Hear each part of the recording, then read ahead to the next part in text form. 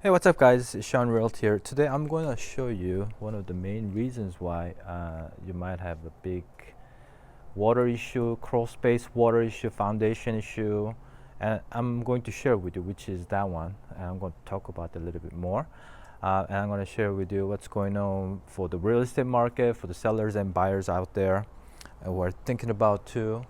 And then lastly, I'll share some local news in the Portland Metro, what's going on in the market, things that you can do. So I see this so often about the hi. I see this so often what happens in the homes in Oregon. One of the main issue is that water in the foundation, water in the crawl space, and main reason is the overflowing gutter. When the gutter, let's say, well, this is called the downspout. If the water doesn't come through here and go down the stormwater drainage, what ends up happening is you're going to see the water falling from the side of the gutter, just overflowing. Then what happens is, which I actually experienced, which is eating up the dirt around the foundation, just like this. You can see this hole right here. And when this gets worse, this has stopped, by the way. We don't have any more issues. But when this gets worse, the foundation will lose the footing. And then once the foundation goes like going down, then it becomes a foundation issue, right? So, and then the main reason why we get more issues, water in the crawl space issue is that, let's say, here's a good example. So right now, I don't have negative grade, like dirt doesn't go down like this, right? So I'm fine.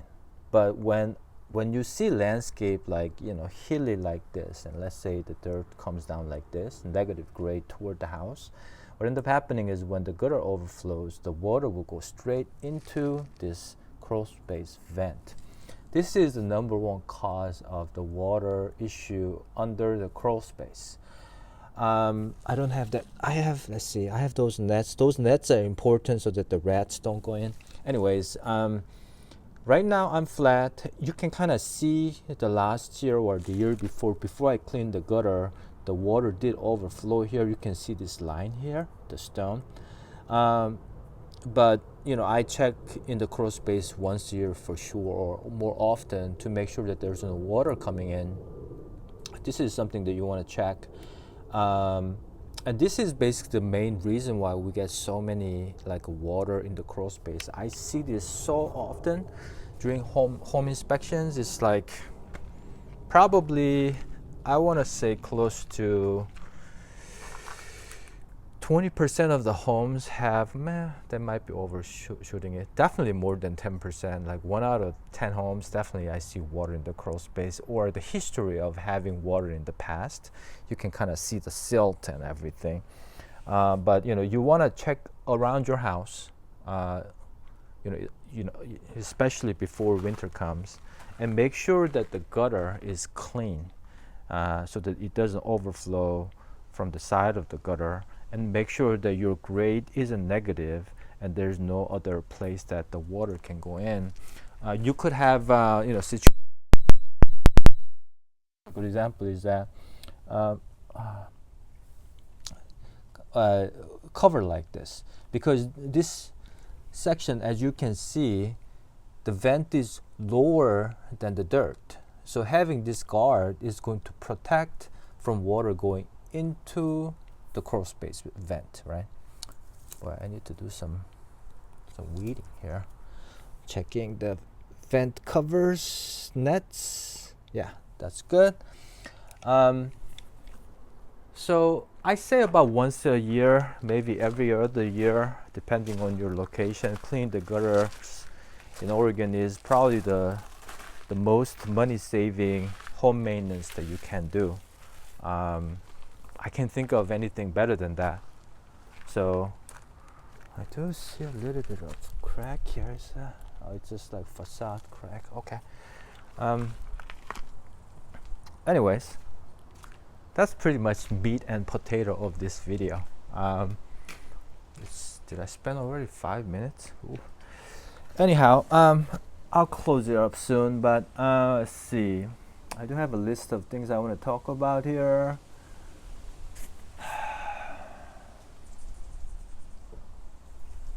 For the Portland, Oregon market, Portland metro market right now, if you're thinking about selling, it's still a good time to sell. We just closed the house in Milwaukee. She lived there for about 30 years or so. She had a lot of equity, mostly paid off, so she got most of the equity out, and she's retired. So it was good situation. We found the perfect buyers that just fits the houses perfectly. So sometimes I feel like our job is like a matchmaker. The house was pretty unique, 1.21 acres. You will see like deers every morning type of property with apartment, detached garages, big property, and the buyers were looking for just that house. It just fit them really well. For the buyers right now, one thing that I hear often is that you can always refinance. I'm going to do this because they say this all the time, which is a dangerous comment in my opinion, because there are two reasons why you may not be able to refinance. If you have negative equity, you're not going to refinance until you bring your cash. Or if the interest rate is higher than 7.5% that you're going to get right now, how are you going to refinance it? It doesn't make any sense to refinance it, right? So when these experts say you can always refinance, that's very, very dangerous, statement. So make sure to buy a home that you can afford at 7.5%, the current mortgage rate, and then be willing to pay that for the next 3 to 5 years. That's really, I think, important more than anything for the buyers. We are still seeing like a multiple offers on a first-time home buyer price range, which is about $500,000, $550,000 is in the Portland metro. So the market is still pretty hot. It's kind of interesting time. I've been selling for the last about 15, 16 years now. I haven't seen a market like this. Lastly, in Portland metro, we have a Portland Film Festival starting tomorrow, October the 12th, and it goes through the weekend. About 80 independent filmmakers are going to come, and they're going to feature their films in different theaters, and so that's something that's happening. If you want to know more about what's happening in the Portland metro or the real estate market or home maintenance tip, buying tip, selling tip, go to shawn-realty.com, which is my website, and I put most of these information so you can get you can benefit from those. So that's all I got. Hope you are having a great week. Enjoy the weekend. That's going to happen soon. I know there's a lot of darkness happening in the other side of the world. The way I look at it is it will not ever stop. Unfortunately, people are always going to fight. There's always going to be wars, but we can just focus on what we can control, which is we just live and the best way we can where we are, and do the things that we can to contribute to the society. And so that's all I got. Thanks for watching, and I'll see you next week. Take care.